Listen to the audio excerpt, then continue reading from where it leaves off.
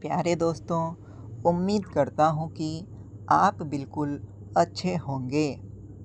आप लोग आए दिन अखबार में या न्यूज़ चैनल में ये देखते होंगे कि कुछ लोगों के द्वारा लूट अथवा डकैती की घटना को अंजाम दिया गया है।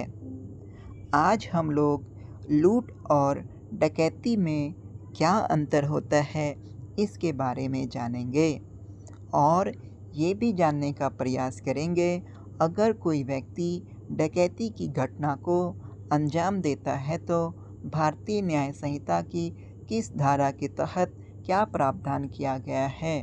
तो चलिए बिना किसी देरी के वीडियो को स्टार्ट करते हैं। प्यारे दोस्तों, लूट और डकैती के बीच में अंतर को समझने के लिए हमें सबसे पहले चोरी को समझना पड़ेगा। तो समझते हैं कि चोरी क्या होता है। अगर कोई व्यक्ति किसी भी व्यक्ति के कब्जे से उसकी सहमति के बिना कोई चल संपत्ति को बेईमानी के नियत से हटाता है या रखता है, तो ऐसी घटना को हम चोरी कहते हैं। अर्थात जो कोई भी व्यक्ति बेईमानी के नियत से किसी भी व्यक्ति की चल संपत्ति को उसकी सहमति के बिना छिपाता है, रखता है, तो ऐसी घटना को चोरी कहा जाता है। यहाँ पे चल संपत्ति से आशय है कि वैसी संपत्ति को चल संपत्ति कहते हैं जिसे एक जगह से दूसरे जगह ले जाया जा सकता है। उम्मीद करता हूँ आपको चोरी समझ में आ गया होगा। अगर आपने चोरी समझ लिया है तो लूट और डकैती बिना किसी देरी के आसानी से समझ में आ जाएगा। अगर चोरों के द्वारा चोरी करते समय हिंसा या बल का प्रयोग किया जाता है तो यह लूट कहलाता है। अर्थात जिन अपराधियों के द्वारा चोरी की घटना को अंजाम देते वक्त हिंसा का या बल का प्रयोग किया जाता है तो यह घटना लूट कहलाती है। अब ये देखिए कि अगर लूट की घटना में 5 व्यक्ति या उससे अधिक व्यक्ति होंगे तो ऐसी लूट डकैती कहलाती है।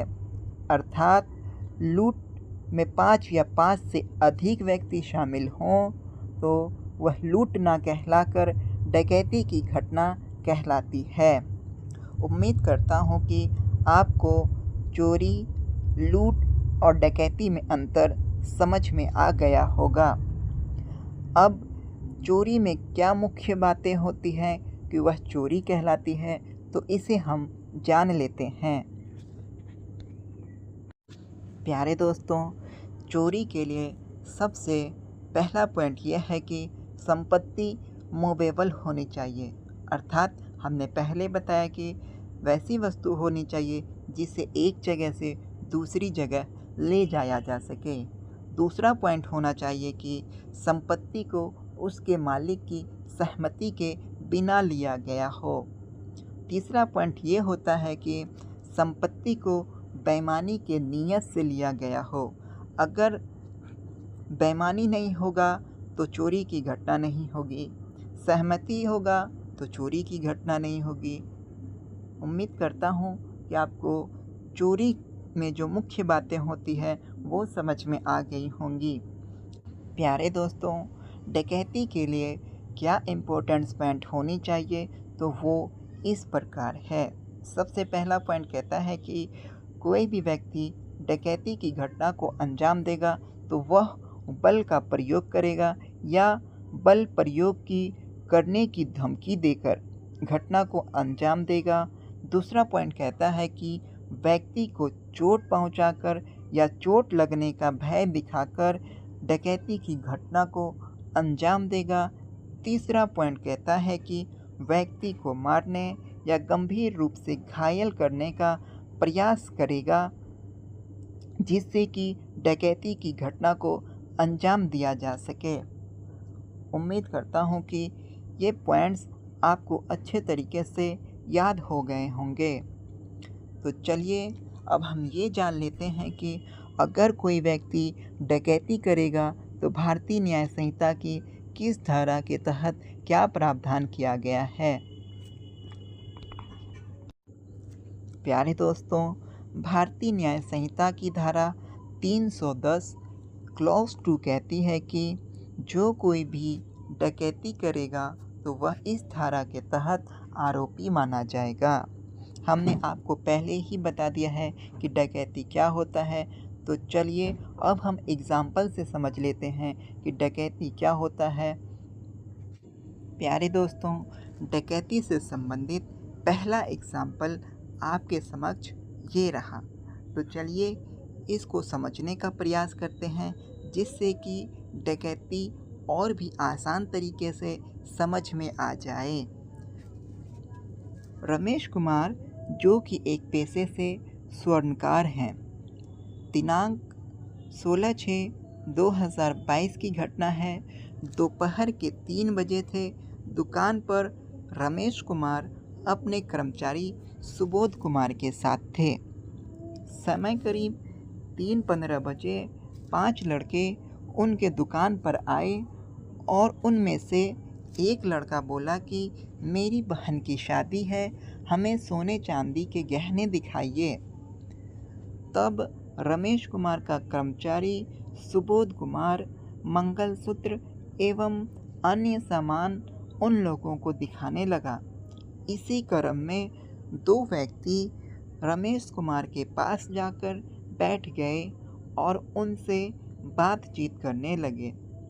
समय करीब 3:45 बजे एक लड़का उठा और मुख्य दरवाजे का शटर बंद कर दिया, जिसके बाद रमेश कुमार के पास बैठा हुआ दोनों युवक अपने कमर से पिस्तौल निकाला और बंदूक के नोक पर दुकान के सारे सोने चांदी के आभूषण लूट लिए तथा एक व्यक्ति रमेश कुमार को स्ट्रांग रूम की ओर ले गया और बंदूक के नोक पर स्ट्रांग रूम का ताला खुलवाकर सारे गहने को लूट लिया और रमेश कुमार को स्ट्रांग रूम में ही बंद करके लूटे हुए सामान लेकर भाग गए। तो हमने सीखा कि डकैती की घटना को अंजाम देने के लिए 5 व्यक्ति होने चाहिए और डकैती की घटना को अंजाम देने के लिए इम्पोर्टेंट बात यह है कि इसमें बल का प्रयोग किया जाए या हिंसा का प्रयोग किया जाए या फिर चोट पहुंचाया जाए या चोट पहुंचाने की धमकी दी जाए या फिर गंभीर चोट पहुंचाने की धमकी या मारने की धमकी दी जाए। उपरोक्त एग्जाम्पल में हमने देखा कि 5 लड़कों ने चोट पहुंचाने का भय दिखाकर डकैती की घटना को अंजाम दिया है। उम्मीद करता हूं कि ये एग्जाम्पल से आपको डकैती बिल्कुल अच्छे से समझ में आ गया होगा। अगर नहीं समझ में आया है तो चलिए एक और एग्जाम्पल को देख लेते हैं जिससे कि डकैती समझ में आ जाए। प्यारे दोस्तों, डकैती से संबंधित दूसरा एग्जाम्पल आपके समक्ष ये रहा। कांड संख्या 212/22 का जब हमने अवलोकन किया तो इसमें देखा कि शशिकांत कुमार टाटा कंपनी का मालवाहक गाड़ी जिसका रजिस्ट्रेशन नंबर ABCDE के उपचालक हैं तथा जिनके चालक सुबोध कुमार हैं। ये दोनों अपने सहयोगी राहुल कुमार तथा गौतम कुमार के साथ आम खरीद कर ले जाने हेतु मैंगलोर आए थे। यह दोनों मालवाहक गाड़ी रजिस्ट्रेशन नंबर FGHIJ के चालक तथा उपचालक हैं। दिनांक 8/6/2022 को समय लगभग रात्रि 11:30 बजे ये सभी लोग अपने उक्त गाड़ी हटिया रोड में उल्टा पुल के पास लगाकर सड़क के किनारे खाना बना रहे थे। खाना बनाने के लिए पानी की आवश्यकता हुई तो समय लगभग 11:45 बजे शशिकांत कुमार तथा राहुल कुमार 50 कदम की दूरी पर पानी लाने गए तो वहाँ पूर्व से खड़े 5 अपराधी ने इन दोनों को रोक लिया और कट्टा दिखाकर दोनों का मोबाइल तथा 5,000 रुपया छीन लिया। जब शशिकांत ने विरोध किया तो उन अपराधी में से एक अपराधी ने कट्टे के बट से मारकर शशिकांत का सर फोड़ दिया। उपरोक्त एग्जाम्पल से हमने सीखा कि 5 लोगों के द्वारा चोट पहुंचाकर डकैती की घटना को अंजाम दिया है। उम्मीद करता हूं कि इस एग्जाम्पल से आपको डकैती अच्छे से समझ में आ गया होगा।